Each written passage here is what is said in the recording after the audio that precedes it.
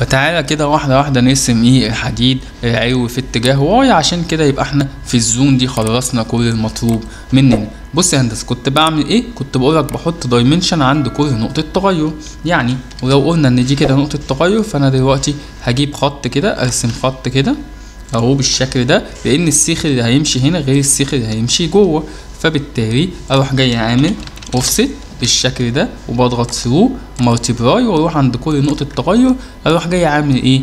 عامل خط ايه بالشكل ده كده ببساطة. تمام اهو عند كل نقطة تغير هتلاقي ان انت عندك هنا هندسة نقطة تغير اهي، فاحط هنا خط. طب وهنا دي نقطة تغير احط هنا خط، بعد كده عندي خط هنا اهو، بعد كده عندي هنا كل دي نقط ايه؟ نقط تغير. واجي على هنا بقى، خلي بالك ده هنا جوه ايه؟ جوه هنا في اسانسير، فمعنى كده ان الجزء ده هيبقى منخفض بقيمة 65 سنتي. زي مين قال الكلام ده؟ السكشن اهو، السكشن بيقولك في الحديد العلوي انت هنا منخفض 65 سنتي عشان الاسانسير، وقلناها برضو في الحديد العلوي في اتجاه اكس. فساعتها هعمل ايه يا هندسة؟ فساعتها اجي هنا واروح جاي حاطط سيخ كده مظبوط، وبعد كده هيبقى عندي سيخ هنا، وبعد كده هيبقى عندي ايه؟ عندي سيخ هنا بالشكل ده. طب وهنظبطها واحنا شغالين. طيب هاجي اقول لك بقى حاجه مهمه جدا، بعد كده اعمل ايه؟ اعمل الدايمنشن اهو، اجيب الدايمنشن واختار الدايمنشن عندي هنا من هنا لهنا كده اهو تمام، وبعد كده ممكن اختار انوتيت وانوتيت كونتينيو، وابتدي ايه؟ ارسم الدايمنشن عندي عند كل نقطه تغير، عند كل نقطه تغير ارسم الدايمنشن بتاعي بالشكل ده كده اهو. العمليه ببساطة تلاقينا واحنا شغالين بنقول برضو ايه؟ حاجات جديدة وتفاصيل جديدة نقدر نفهمها عن طريق برنامج الايه؟ ال3D اللي احنا شغالين بيه اللي هو اوتوكاد ستراكشر ديتيل. جميل، خلاص ادي الدايمنشن اهو، عملنا الدايمنشن عند كل نقطة تغير. طب نبتدي منين؟ تعال نبتدي من تحت، تعال نبتدي نرسم من تحت. هندسة احنا قلنا واحنا بنرسم انا عندي طريقتين صح؟ اول طريقة بعمل ايه؟ باجي اعمل الريفورسمنت عندي واختار هنا تنساير، واختار الكفر خليه 5 سنتي لان دي ربشة، واختار قطر 18، واختار السيخ برجل من هنا ورجل من هنا. الرجل دي 90 يا هندسة وهي عبارة عن متر 10، والرجل دي برضو 90 وهي عبارة عن متر 10، واروح جاي قايل 2 بوينت، واجي من هنا كده ابص الاقي السيخ الرجل بتاعته فوق. لا ده انا بعمل رقة علوية يعني غطا، يعني اخلي الرجل تحت، اضغط بس اس كده بتيجي معايا الرجل بالشكل ده، واروح جاي هنا هبص الاقي الراجل ايه؟ رسم لي سيخ بنفس الكلام، وبيقول لي ان السيخ ده فيه سيخ شبهه مرسوم بالظبط. عايز تديله نفس البار مارك؟ اقول اديله نفس البار مارك مفيش مشكلة، بس انا برضو مش عايز البار مارك ايه دلوقتي. يبقى انا كده رسمت السيخ اهو مظبوط ومفيش اي مشكله. طب نيجي هنا بقى هندسه، خلي بالك انت عندك في سيخ هيجي هنا، في سيخ هيمشي هنا، هيمشي من المسافه دي للمسافه دي، فتروح جاي يبقى الخط ده انا مش عايز الخط ده هنا، ملوش لازمه بالنسبه لي. تمام، واجي ارسم سيخ اللي هيجي يمشي في المسافه دي. فالاول بس اروح جاي عامل دايمنشن كده اهو ببساطه عشان ارسم السيخ اللي هنا. السيخ ده ارسمه ازاي؟ اجيب ريفورسمنت اهو، هي متظبطه عندي، اجي بس من هنا كده هندسه لحد هنا اهو، ادي السيخ بمنتهى ايه؟ منتهى البساطه هيمشي في المسافه دي. طب هندسه، طب ما انا عندي سيخ تاني هيمشي برضه في الجزء ده، طب هل ينفع السيخ يكمل جوه؟ لا طبعا. يعني انا المفروض اعمل ايه؟ اروح جاي مثلا لو قلنا ان انا هعمل ريكتانجلر كده تمام، يبقى الجزء ده هو اللي هيحدث فيه ايه؟ التهبيط ال 65 سنتي. يبقى انا عندي سيخ جاي من هنا لحد هنا وهيقف، وبعد كده هيحصل التهبيط، وبعد كده هنكمل السيخ ايه؟ السيخ التاني زي ما هنشوف بره ايه في السكشن، نعمل التفصيله دي بره ونرسمها. يبقى انا دلوقتي محتاج برضو في سيخ عندي هندسه هيمشي من هنا لهنا اهو ببساطه شديده، ادي سيخ، والسيخ ده مش هيمشي بقى في المسافه دي كلها، لا ده هيمشي لحد المسافة دي. طيب يبقى انا برضو اجيب ده كده واشد ده كده بالشكل ده، خلي ده كده، ادي يا عم حديد تسريح ايه؟ الربشة، موف كده بس شوية لفوق كده تمام، حلو اوي. يبقى انا كده نقطة التغير دي عايزها في حاجة؟ لا يا هندسة مش عايزها. الخط ده عايزه في حاجة؟ لا يا هندسة مش عايزه. خلاص انا عرفت كده، احط بس هنا دايمنشن كده من هنا لحد فين؟ لحد هنا اهو كده انا فهمت هندسه ان السيخ ده هيمشي مسافه 76 سم. طب ما تحطها لي على الرسم. حاضر اهو دايمنشن من هنا لحد هنا اهو. السيخ ده هيمشي مسافه 79 سم، والتفصيله الصغيره دي هتمشي 2 متر و5، والتفصيله الصغيره دي او السيخ الصغير ده هيمشي ايه 4 متر 61. طب تعالى نرسم السيخ اللي هنا. جميل اهو. هعمل هنا ريفورسمنت. انا كل ده ببتدي ايه ارسم السيخ. لقيت في حاجه، انت المفروض هندسه كان في خط جاي هنا، في هنا نقطه تغير الجزء اللي جوه ده صح. السيخ اللي هيمشي هنا غير السيخ اللي هيمشي هنا. طيب خلينا نشتغله صح. يبقى انا محتاج هنا اروح جاي عامل اوفست تمام ثرو اهو، اروح جاي حاطط ايه حاطط خط هنا. يبقى انا عندي سيخ هيمشي في المسافه دي او هيمشي في الجزء ده او الزون ده. طب ارسم السيخ ازاي؟ قلنا من هنا بقى في طريقتين. دي الطريقه العاديه اللي انا برسم بيها السيخ اهو من هنا لهنا. وخلي بالك انا شغال حديد علوي، يعني يهمني ان الوصله تكون عند الاعمده. ببص لقيت الوصله ايه هي مش موجوده عند عمود ولكن قريبه من عمود، فممكن انا بالنسبه لي خلاص انا هوافق على الوصله دي مفيش مشكله، لان هي جايه في منطقه كويسه. يعني هي مش جايه في نص البحر بالظبط، لا دي جايه جنب عمود. فهقول له تمام اوكي مفيش مشكله، وسيب الديسكريبشن دلوقتي وادي الوصله بتاعتي. طيب الطريقه التانيه بقى تعالى نرسموها. كنا بنعملها ازاي؟ كنت هقول لك بص يا هندسه، هاجي عند ريفورسمنت تمام واقول له ان انا اخلي الكفر ده بزيرو. يعني انا الاول هعمل ايه؟ اجي هنا كده واروح جاي عامل اوفست على بعد 5 سنتي لجوه. جميل الكلام. واجي اروح جاي مختار ريفورسمنت. طيب واقول له الكفر عندي بصفر، انا خلاص خدت الكفر. واجي من هنا اخلي السيخ من هنا بزاويه 90 مفيش مشكله، ولكن السيخ هنا خليهولي بزاويه كام؟ بزاويه 0. واروح جاي مختار 2 بوينت واجي اختار السيخ من هنا، هلاقي الرجل اترسمت. طب انت هندسه عايز توقف السيخ فين؟ والله انا عندي حتت 3 متر عايز اشغلها، فممكن اوقف السيخ ده المره دي من هنا كده في الجزء ده عشان يبقى عند عمود بالظبط. يعني لو انا كتبت هنا مثلا يا هندسه مثلا متر 90، معنى كده ان السيخ ده كام؟ 3 متر. تمام. تعال نشوف كده واقف فين. لا ده واقف في منطقه بين عمودين، يعني في منتصف البحر مش هتلزمني. طب افرض انا كتبت مثلا 2 متر 90، برضو عندي حته اهي 4 متر. بص برضو ايه قريبه من عمود، لا ما تلزمنيش. طب افرض انا كتبت مثلا انا ابتدي ادور على قطعيات، القطعيات دي ايه تناسبني 4 متر 90 عشان يبقى السيخ كام؟ 6 متر. اهو لقيت قطعيه جميله والسيخ موجود عند نص البحر تمام جدا زي الفل. انا اعتمدت خلاص. يبقى ده سيخ كام؟ 5 متر 96، يعني في حدود 6 متر تمام جدا، وسيخ جاي عند عمود والدنيا ايه والدنيا جميله جدا. طيب نيجي بعد كده على السيخ التاني. ارسمه ازاي؟ اقول ريفورسمنت مظبوط، واخلي بقى ايه اختار الاختيار التاني هو الاختيار الموجود ده كده. وهقول له ان انت دلوقتي بتقولي ان القطر كام؟ القطر 18. يعني الوصله اللي انت عايزها هي 60 سنتي، انا عايز وصله من هنا كام؟ متر و8. طب والسيخ من الناحيه التانية هل انت عايز فيه وصله؟ لا مش عايز فيه اي وصله، انا عايز بس اعمل وصله من هنا طولها متر وكام؟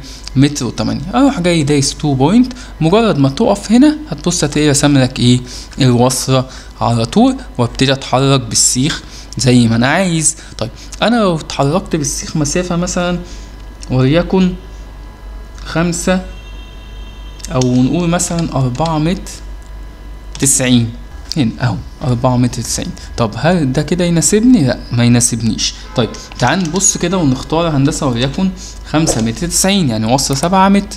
لا برضو في مكان ايه مش عند عمود. خلاص انا هخلي الوصله دي 8 متر، فهختار ايه؟ هختار مثلا 6 متر 90 اهو. لقيت الوصله في مكان ممتاز جدا، واروح جاي دايس ايه؟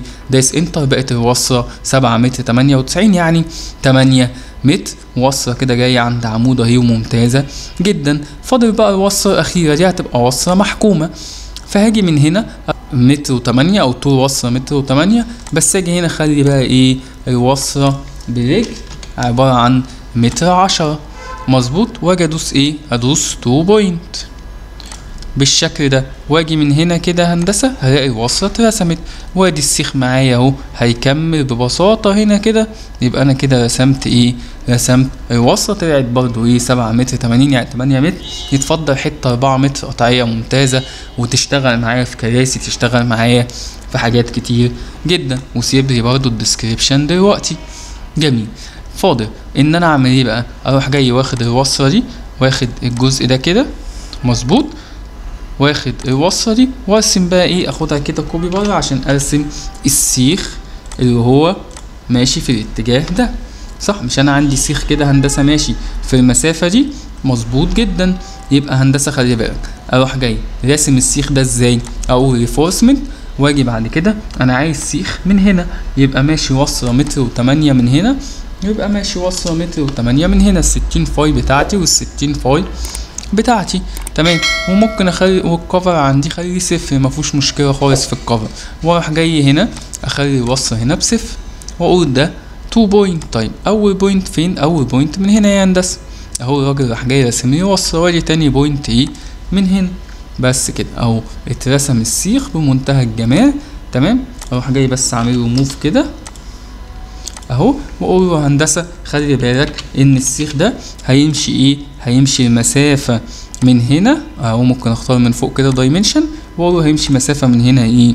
من هنا لهنا. ده كده السيخ اللي هو الموجود ده. ممكن بقى خلاص نشيل الحته دي، وممكن نشيل برضو ايه الحته دي، يبقى عرفنا ان السيخ ده هيمشي المسافه دي هي 4 متر وكام؟ 4 متر و7. تمام. ونكمل بقى ايه على هذا المنوال. تعالى كده نكمل لنا كام سيخ تاني. هروح جاي هنا مختار. خلاص احنا اتعلمنا وبقينا شطار وبنعرف نرسم بكذا طريقة. بكذا طريقة تقدر ترسم الاسياخ بتاعتك وتبقى الدنيا متظبطة عندك. ادي السيخ اهو من هنا لهنا اهو هندسة، مفيش مشكلة. قسمهولي. تمام. لقيت ان السيخ ده كده 12 و12، لا انا ممكن اخلي السيخ ده كده ايه 8 و8. الوصلة هنا قريبة من عمود، وهنا يعتبر يعني مش قريبة من عمود قوي. ممكن اغير التقسيمة تاني، خليه ده 6 وشوية، والسيخ ده 12 و6 وشوية. تفضل بقى ايه تحرك كده الاسياخ بحيث ان هي في الاخر توصل لك في منطقة مظبوطة وتطلع اقل هالك من الحديد زي ما قلنا في الفيديوهات السابقة. بعد كده تعالى نحط كده الديسكريبشن على الرسم عشان برضو ايه نبقى فاهمين الدنيا اهو. بختار هنا بار ديسكريبشن، بدوس انتر، بيقول ان ده ليه بار مارك تاني. بقول له تمام مفيش مشكله، خلولي بنفس البار مارك. طيب هو عدده قد ايه؟ انت بتقولي دي 79 سنتي، فهضرب ال8 في 79 هتديني 6 و3 يعني بالبادي كام؟ ممكن يبقى هم يعني 6 و3 معاش 7 اسياخ، بالبادي 8 اسياخ. وادوس ايه اوكي، واروح جاي حاطط الديسكريبشن كده ببساطه على الرسمه. يطلع ايه الدنيا جميله ومظبوطه. طب واجي هنا وهنا بنفس الفكره اهو، بار ديسكريبشن. ادي الوصله الصغنطوطه دي 3 متر 31 ممتازه. انا عندي حتت 3 ونص كتير، اروح جاي شغال فيها. اكتب دي هتمشي 4 متر 61 يعني ايه؟ يعني اضرب ال8 في 4 متر 61 هتديني 36 يعني 37 ايه 37 سيخ. واروح جاي دايس اوكي، واحط برضو ايه البار مارك بتاعها كده بمنتهى الجمال بالشكل ده اهو كده. تمام. واخش بعد كده على الحته دي 2 متر و5، يبقى 8 في 2 متر و5 هتديني 17 سيخ او بار ديسكريبشن. ادوس انتر واكتب هنا 17 سيخ، واحط الديسكريبشن كده جنبها مفيش مشكله خالص، دنيا تمام وزي الفل. تمام. واجي بعد كده على السيخ ده بنفس الشكل كده اهو ديسكريبشن، واروح جاي لقيت ان السيخ ده ماشي مسافه كام؟ 2 متر 56. لا الكلام ده مش صح، الكلام ده مش صح. نعدل كده الدايمنشن ببساطه اهو. السيخ ده هيمشي المسافه دي، وبعد كده ممكن على طول ايه واعمل واحده دايمنشن تاني كده ايه للسيخ التاني. يبقى السيخ ده هيمشي متر كام؟ متر و11 يعني حوالي 9 اسياخ اهو. تضرب ال8 في متر 11 تديني حوالي ايه 9 اسياخ زي ما احنا قلنا. يبقى عندي بار ديسكريبشن ودي السيخ اهو هندسه، وانت قلت لي ان هم 9 اسياخ، وتروح جاي دايس اوكي، تدوس اوكي. لقيت اهو البار مارك اهو بمنتهى الجمال مرسوم والدنيا جميلة وحلوة. تمام اهو هندسة. وادي البار مارك التاني بتلاقيه برضو ايه اترسم لك اهو، فاضل بس ان انت هتغير ايه، هتغير في الرقم بتاعه. تروح جاي حضرتك ضاغط عليه كده وكاتب ان هما ايه 9 اسياخ. تمام ساعتها الخط ده انت خلاص مش محتاجه، ممكن تشيله، والخط ده مش محتاجه عشان المارك يظهر والدنيا تبقى ايه مظبوطه. ونيجي نكمل بنفس الطريقه اهو. البار ديسكريبشن هنا هتلاقي ان دول كام سيخ، متر 45. هتروح جاي حضرتك ضارب ال8 في متر 45 يدوك 12 ايه 12 سيخ. تروح جاي حاطط هنا 12 ودايس اوكي اهو. تروح جاي كاتب السيخ اللي هو 12 سيخ اهو. وبعد كده بتلاقي البار مارك بقى لوحده 5 متر 96. دول عددهم كام؟ عددهم 12. حاضر يا هندسة مفيش مشكلة، احنا يمكن نسينا نكتب العدد فبنكتب ان هما كام، ان هما 12 سيخ. طيب واجي عند السيخ اللي بعده بالشكل ده 12 برضو سيخ اهو كده. قطعية جميلة 8 متر، يتفضل حتة 4 متر ممتازة تشتغل معايا، ممتازة قطعية ممتازة. واجي بعد كده عند الجزء ده برضو هما 12 عددهم 12. قطعية دي 7 متر 80 يعني بالتقريب تبقى 8 متر يعني، فهتمشي 4 متر يتبقى 4 متر 20. قطعية برضو ايه ممتازة وجميلة جدا. وما تنساش برضو ايه نحط ايه المارك ده بتاعنا، السيخ ده بتاعنا اللي هو هيبقى طوله 4 متر 66. ده محكوم يعني مش هقدر ان انا العب فيه خالص، فبالتالي عددهم قد ايه؟ انت بتقولي 4 متر و7 سنتي يعني 8 في 4 ب32. هتلاقيهم حوالي كام؟ حوالي 33 سيخ بالظبط كده. تكتب 33 يبقى انت كده يعتبر الجزء ده ايه خلصت الجزء ده بالنسبة لك. حضرتك بقى هتكمل باقي الاسياخ ترسمها وتحط عليها البار مارك بنفس الطريقة. وبعد كده كل الخطوط المساعدة دي مش هتكون ليها لازمة بالنسبة لك، انت خلاص حطيت نقط التغير بتاعتك. وفي الاخر نطلع الجدول. طيب عايزين نجيب الجدول، تشيل بقى الجدول ده كده هندسة وتروح جاي عامل جدول تاني مين تيبل. طب هنا بقى بيسألك كذا سؤال، انت عايز تعمل مين تيبل لكل الاسياخ اللي انت رسمتها؟ لو دوست اور هتبص هتلاقي حاطلك الجدول اهو لكل الاسياخ اللي احنا ايه رسمناها اهو. وعندنا كمان اخر سيخ رسمناه موجود في الجدول. طب عايز تروح جاي تعرف كمية الحديد اللي عندك من خلال اهو سمري تيبل بمنتهى البساطة، وتدوس انتر يعني اور وتكتب هتلاقيهم بقوا 17 طن 340 كيلو. طب جميل جدا الكلام. طب افرض انا هندسة انا مش عايز الاسياخ دي، انا عايز مثلا اعرف الرقة السفلية بس كام، اللي هما السيخين دول كام.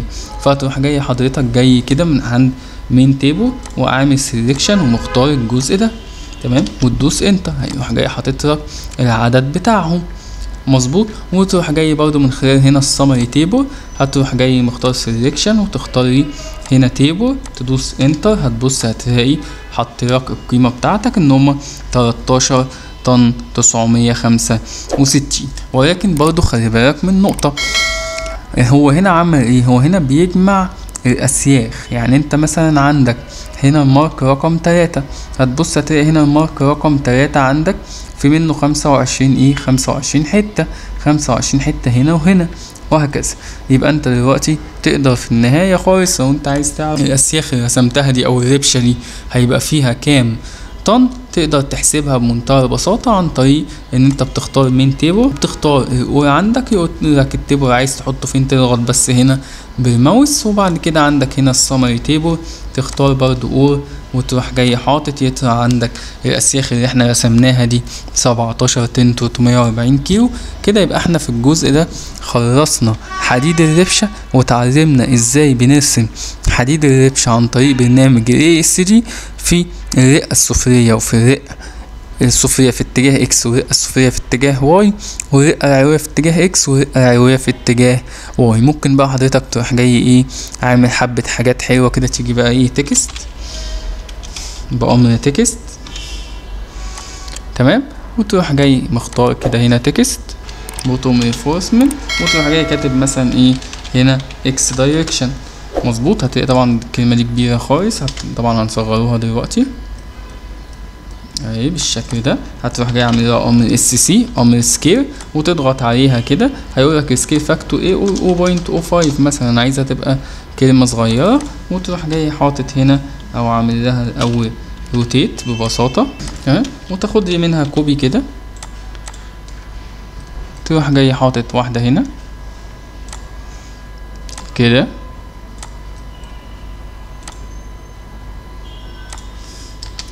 ونبتدي بقى ايه نعدل فيها. هنا ممكن مثلا اكتب بوتوم رينفورسمنت في اتجاه اكس، واجي هنا البوتوم رينفورسمنت في اتجاه واي، تمام. وبعد كده عندك هنا اكتب بقى هنا ان ده الابر رينفورسمنت في اتجاه اكس مظبوط، وهنا اكتب الابر رينفورسمنت في اتجاه واي، او ممكن اكتب هنا ابر واكتب هنا ايه، او اكتب هنا مثلا توب اهو، توب رينفورسمنت بدل كلمة ابر، عشان انا لو هكتب ابر يبقى اكتب هناك ايه لور اهو، توب رينفورسمنت في اتجاه اكس، وهنا اكتب ايه التوب رينفورسمنت في اتجاه واي. اعدل دي بس خليها واي. جميل. يبقى كده الراجل مهندس التنفيذ او الحداد لما يجي يمسك اللوحة هيبص هيلاقي عنده سيخ اهو 12، يجي يبص في الجدول او هيبص هيلاقي ان ده 108 حتة. طب تفريدة السيخ دي عاملة ازاي يا عم؟ تعال نبص في الجدول. هيبص في الجدول هيلاقي عنده رقم ايه؟ رقم 1. السيخ ده طوله كام يا عم؟ طوله 9 متر، عدده كام؟ 176 حتة، يبقى هو هيقطع منه 176 حتة. بعد كده عنده السيخ اللي تحت ده سيخ 12 برجل متر 10، وهنا 10 90، طب كام يا عم؟ 270 حتة، وهكذا يبتدي يقطع. هنتعلم بعد كده برنامج اسمه كاتنج اوبتمايزيشن. البرنامج ده غالبا هيكون الفيديو الجاي. هنمسك بقى كل القطعيات الموجودة دي وندخلها برنامج عشان نتعلم ازاي هنعرف نعمل توفيق لقطعيات الحديد، ان احنا ممكن ناخد حديد الربشة، وقبل كده كنا عاملين الحديد بتاع القواعد، واشتغلنا في حديد الحوائط، واشتغلنا في حديد بلاطات والكاميرات. هنبتدي نعمل لهم كاتنج اوبتمايزيشن او توفيق قطعيات، بحيث ان احنا نطلع في الاخر اقل هالك للحديد عشان ما يهدرش معانا حديد ياما، يبتدي بقى يتباع خردة بتمن اقل من تمنه. فبالتالي توفيق القطعيات مهم جدا، وده اللي احنا هنشوفه ان شاء الله في الفيديو الجاي. تحياتي سيفر سينا، السلام عليكم ورحمة الله وبركاته.